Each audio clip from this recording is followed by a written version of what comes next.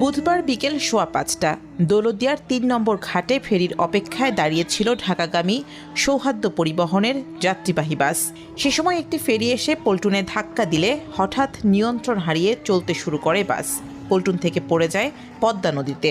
এরপর মুহূর্তেই তলিয়ে যায় যাত্রী বোঝাই বাসটি। চলে যায় পল্টনের নিচে পানির ৯০ ফুট গভীরে। ঘটনার আকস্মিকতা ও ভয়াবহ এই দৃশ্য দেখে হতচকিত হয়ে পড়েন ঘাটে উপস্থিত জনতা। এদিকে কিছুক্ষণের মধ্যে ডুবন্ত বাস থেকে সাঁতরে তীরে উঠতে সক্ষম হন ১০ থেকে ১১ জন যাত্রী। প্রাথমিকভাবে উদ্ধার শুরু করেন স্থানীয়রা। এরপর যোগ দেয় ফায়ার সার্ভিসের ডুবুরি দল। তবে সন্ধ্যার পর থেকে তীব্র ঝড় বৃষ্টি শুরু হওয়ায় উদ্ধার অভিযানে